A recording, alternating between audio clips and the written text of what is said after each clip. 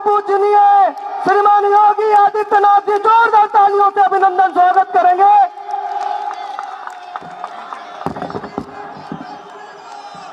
भारत माता की, भारत माता की, भारत माता की। वंदे वंदे वंदे।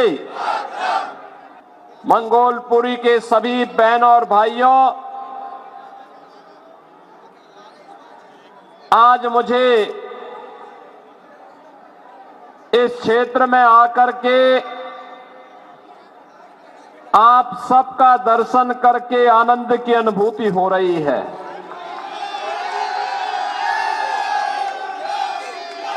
मुझे आनंद इस बात का भी है, मैं कल रात्रि को ही प्रयागराज महाकुंभ की भूमि से वापस आकर के आज प्रातः काल ही मैं आपके यहां सभा के लिए प्रस्थान किया हूं और अब आपके पास पहुंचा हूं। इस सदी का सबसे बड़ा महाकुंभ प्रयागराज में गंगा, यमुना और मां सरस्वती की पावन त्रिवेणी में प्रयागराज में पूरी भव्यता और दिव्यता के साथ आयोजित है। महाकुंभ में श्रद्धालुओं का आगमन का अंदाजा भी इसी से लगा सकते हैं कि पिछले 16 दिनों में अब तक लगभग 18 करोड़ श्रद्धालु त्रिवेणी के संगम में पावन स्नान करके अपने जन्म और जीवन दोनों को धन्य किए हैं। बहनों और भाइयों, ये भारत के विरासत के प्रति भारत की जनता जनार्दन की अगाध आस्था का प्रमाण है। एक नए भारत का दर्शन हो रहा है और नए भारत का दर्शन हम सबको कराया है इस देश के यशस्वी प्रधानमंत्री श्री नरेंद्र मोदी जी ने। आप मुझे बताइए कि इतना बड़ा आयोजन उत्तर प्रदेश के प्रयागराज जनपद में हो रहा है और सफलतम आयोजन इसलिए हो पा रहा है क्योंकि उत्तर प्रदेश में भी भाजपा की सरकार और केंद्र में भी मोदी जी के नेतृत्व में भारतीय जनता पार्टी की सरकार, ये डबल इंजन की सरकार जब मिलती है तो कोई भी कार्यक्रम पूरी भव्यता के साथ, पूरी दिव्यता के साथ आगे बढ़ता है और प्रयागराज में वही दर्शन हम सबको हो रहा है। बहनों और भाइयों,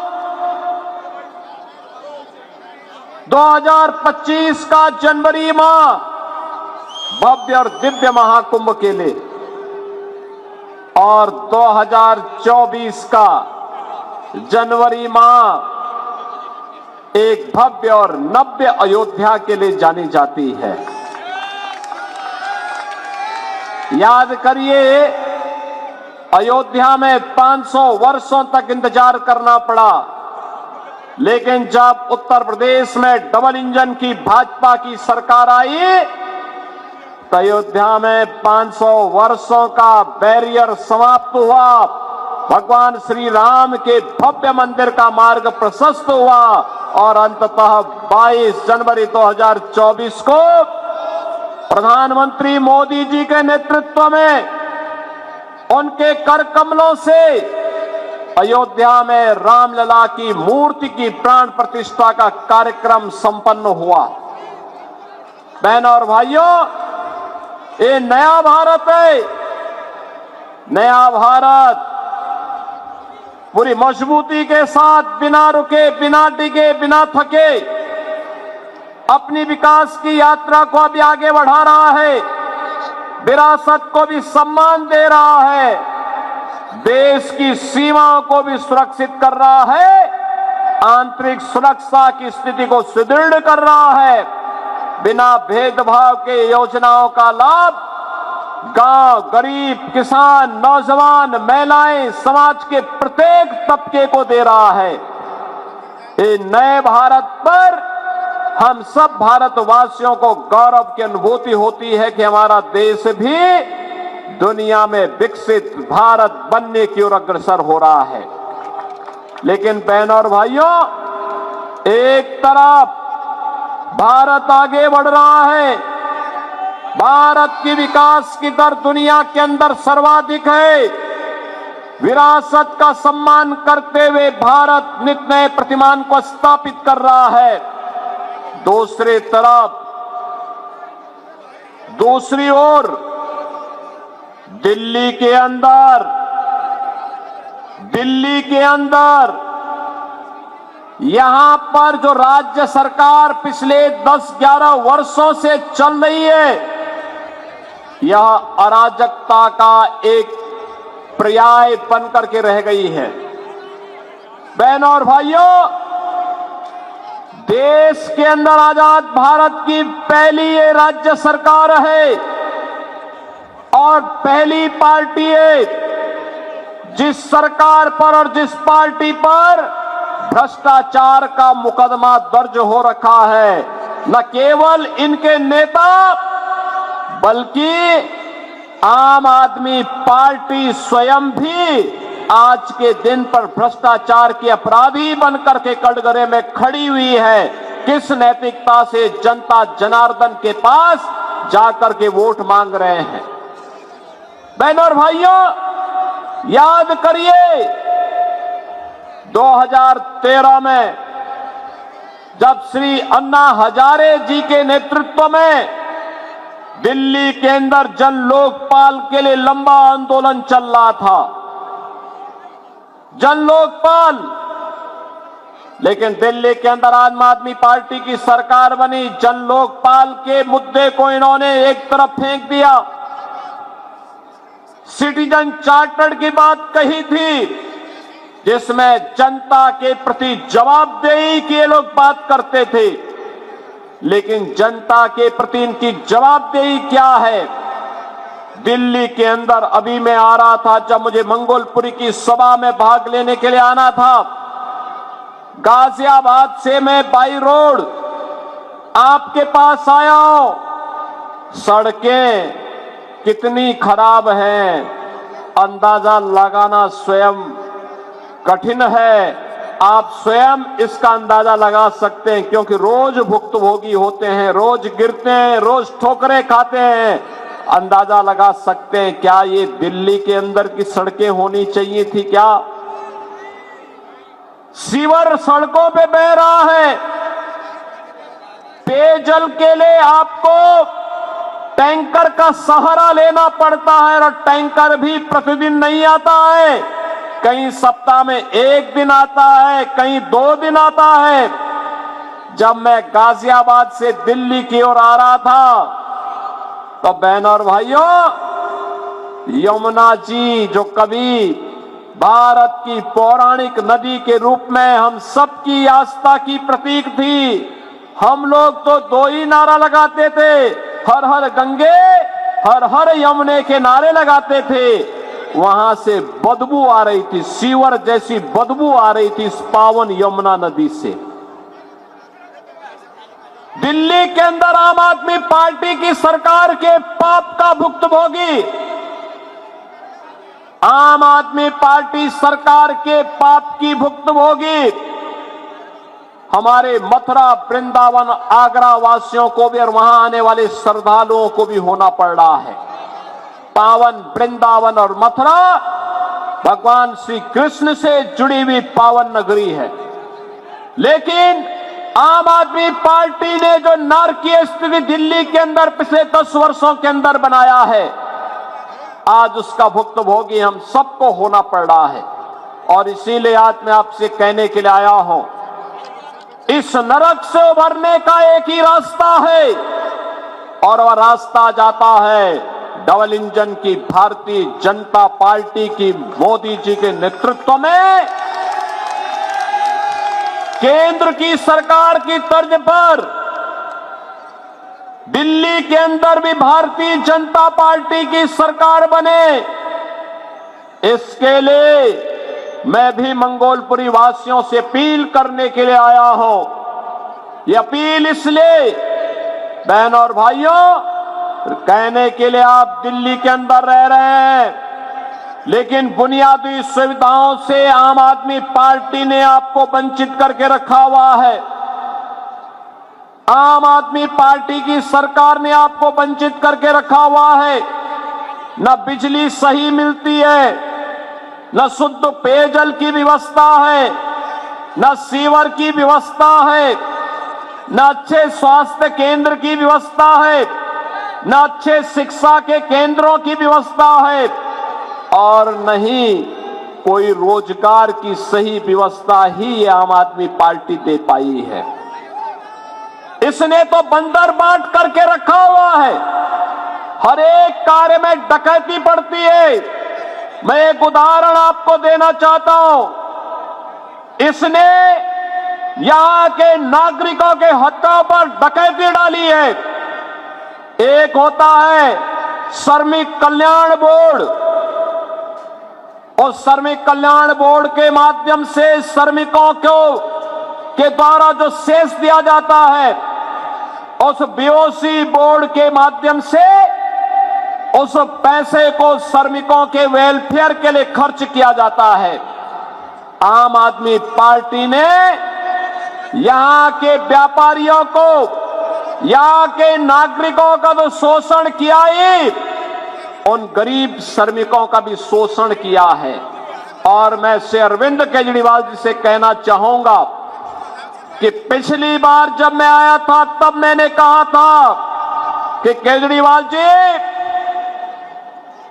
अरविंद केजरीवाल जी, मेरी बातों को अगर आप सुन रहे होंगे थोड़ा गंभीरता से सोचिए।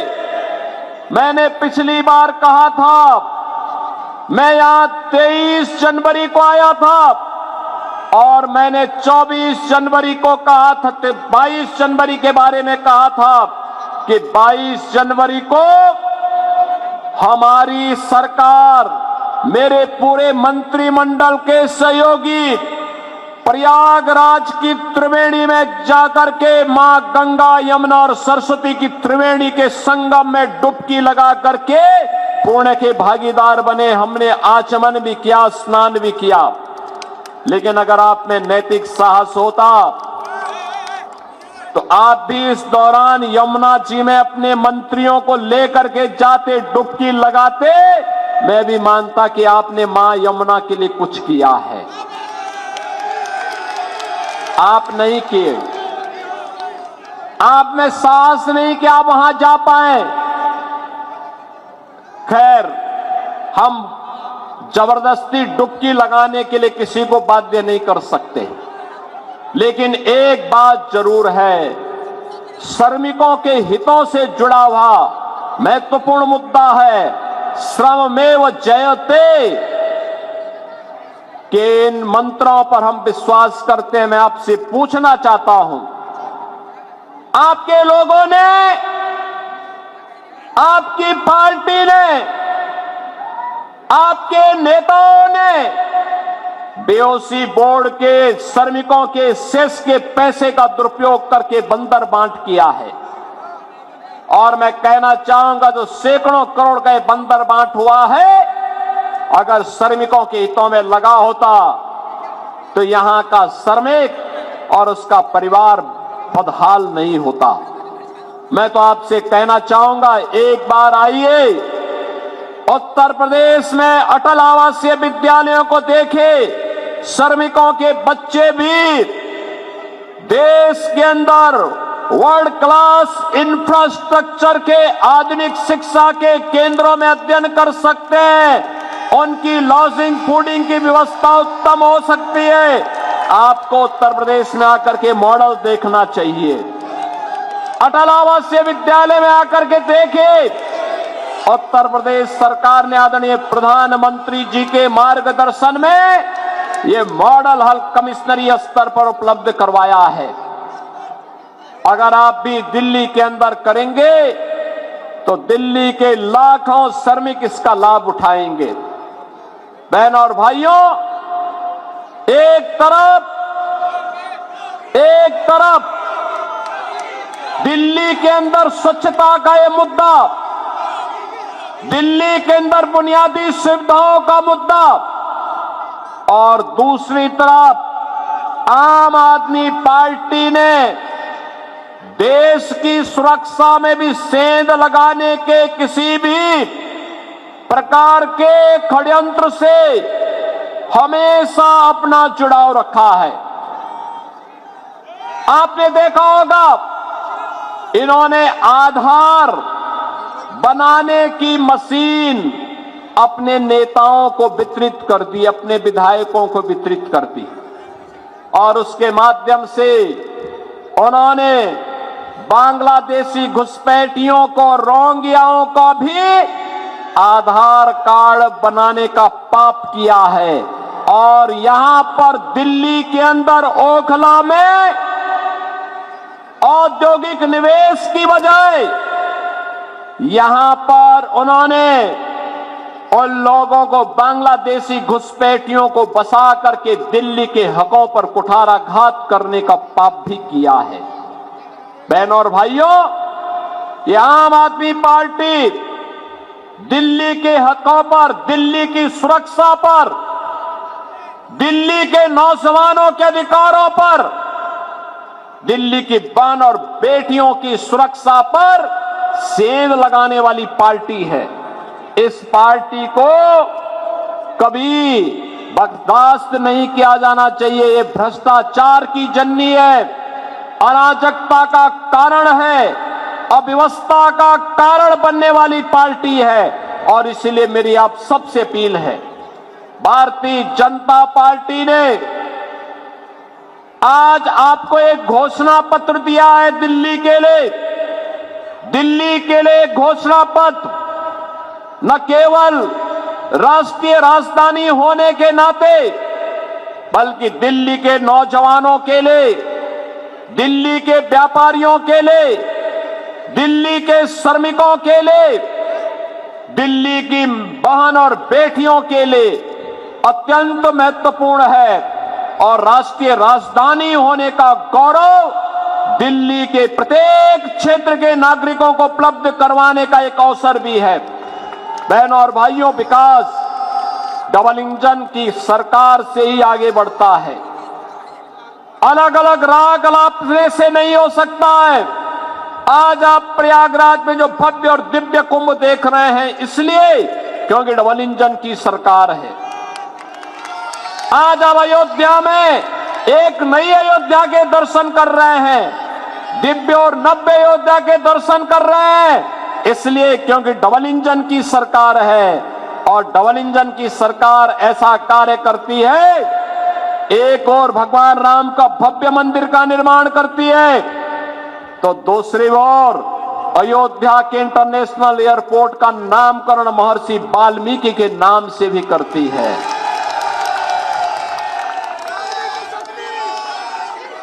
सदगुरु रविदास के जन्मभूमि क्षीर गोवर्धन जो वाराणसी में है, उस पवित्र स्थल का पुनरुद्धार और सुंदरीकरण के इसको भव्य स्वरूप प्रदान करती है। निषाद राज का पावन श्रृंगवेरपुर में भगवान राम और निषाद राज की 56 फुट ऊंची प्रतिमा को एक भव्य कॉरिडोर के माध्यम से जनता जनार्दन के लिए उपलब्ध करवाने का कार्य करती है। बहनों और भाइयों, ये डबल इंजन सरकार के कारण ही है। ये डबल इंजन सरकार का ही परिणाम उत्तर प्रदेश के अंदर है कि उत्तर प्रदेश आज एक्सप्रेसवे में नंबर 1 है, रेलवे के नेटवर्क में नंबर 1 है, सबसे अधिक मेट्रो का संचालन करने वाले सिटी उत्तर प्रदेश के अंदर है। सबसे अधिक हाईवे का नेटवर्क और सबसे अधिक रेलवे का नेटवर्क भी आज उत्तर प्रदेश के पास है, क्योंकि उत्तर प्रदेश में डबल इंजन की भाजपा की सरकार है। और डबल इंजन की इसी सरकार को आगे बढ़ाने के लिए आज दिल्ली वासियों से मैं अपील करने के लिए आया हूं। अगर आपको इंफ्रास्ट्रक्चर देखना है, थोड़ा दूर नहीं, आज दिल्ली से सटे हुए गौतम बुद्ध नगर जनपद और गाजियाबाद के इंफ्रास्ट्रक्चर और दिल्ली के अंदर आम आदमी पार्टी के द्वारा 10 वर्ष के अंदर जिस प्रकार की अराजकता और अव्यवस्था दिल्ली के अंदर फैलाई गई है, इसकी थोड़ा तुलना करेंगे और उसी का परिणाम है कि दिल्ली के अंदर से लोग अब बसने के लिए नोएडा और गाजियाबाद की तरफ भाग रहे हैं। बहनों और भाइयों, मैं आप सबसे अपील करूंगा, ये चुनाव में तमाम प्रकार के झूठे नारे देंगे, झूठे वायदे करेंगे। आम आदमी पार्टी के इन झूठे नारों और वायदों में जाने की आवश्यकता नहीं। जो व्यक्ति अपने गुरु अन्ना हजारे जी को धोखा दे सकता हो, जिस व्यक्ति के कैबिनेट के ज्यादातर लोग जेलों की सलाखों के अंदर बंद हो चुके हो, जो पार्टी स्वयं अपराध के और भ्रष्टाचार के दलदल में धंसी हुई हो, उन पर विश्वास करने की आवश्यकता नहीं। याद करना, जब भी दिल्ली के इंफ्रास्ट्रक्चर को मजबूत करने के लिए केंद्र में मोदी जी के नेतृत्व की भारतीय जनता पार्टी सरकार ने दिल्ली की आम आदमी पार्टी सरकार को कहा, इनका जवाब नकारात्मक रहा है।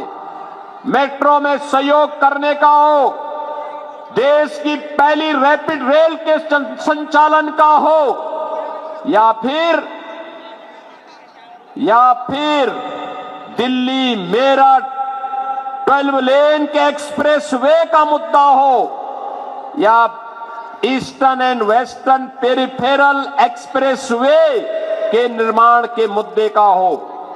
याद करना, प्रत्येक में यूपी के अंदर की भाजपा की सरकार ने केंद्र की सरकार के साथ मिलकर काम किया। परिणाम है eastern and western peripheral UP के अंदर समय से पहले पूरा हो गया। दिल्ली मेरठ 12 लेन का एक्सप्रेस वे यूपी के अंदर हो गया, लेकिन दिल्ली के अंदर आम आदमी पार्टी सरकार ने योगदान नहीं दिया। ऐसे ही दिल्ली मेट्रो का पैसा भी दबाई हुई है, रैपिड रेल का पैसा भी सहयोग नहीं किया।